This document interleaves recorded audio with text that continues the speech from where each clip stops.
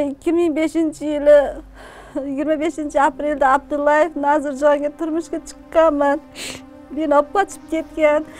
Keyin menga to'y qilmadi, achchiq hech narsa qilib bermadi. Opasi oriqcha, mayli, yashab endi o'tirdik. Mana bunimiz 4 ta farzandli bo'ldim.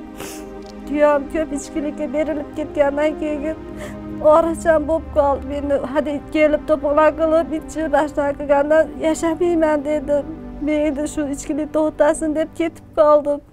Keyin alimentga topshirib, zakisim qirqib bersin dedim. 7 oy o'tirdim opamnikida.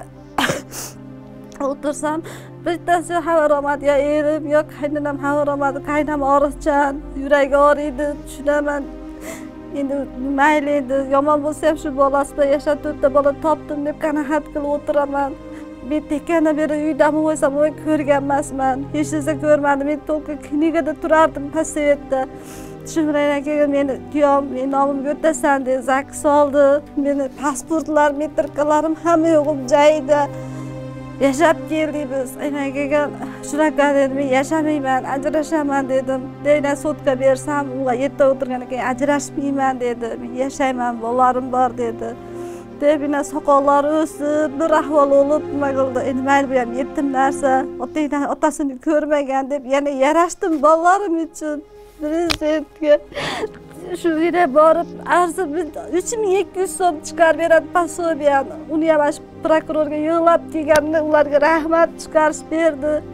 Endi shu olayotgan пособиям yana yo'q qo'ydi. Bitta semya spravka topshirib qo'y desam, hammasi bo'lsa meradagilar baqirib kirishdi. Endi menga bir haftaga ruxsat berdi, uyni bo'shatib qo'ysin dedi. Men 4 ta bola bilan qayerga boray? Iltimos, prezident eshitgan bo'lsa meni ko'rsin. Men Allohdan so'rab keldim shu yerga.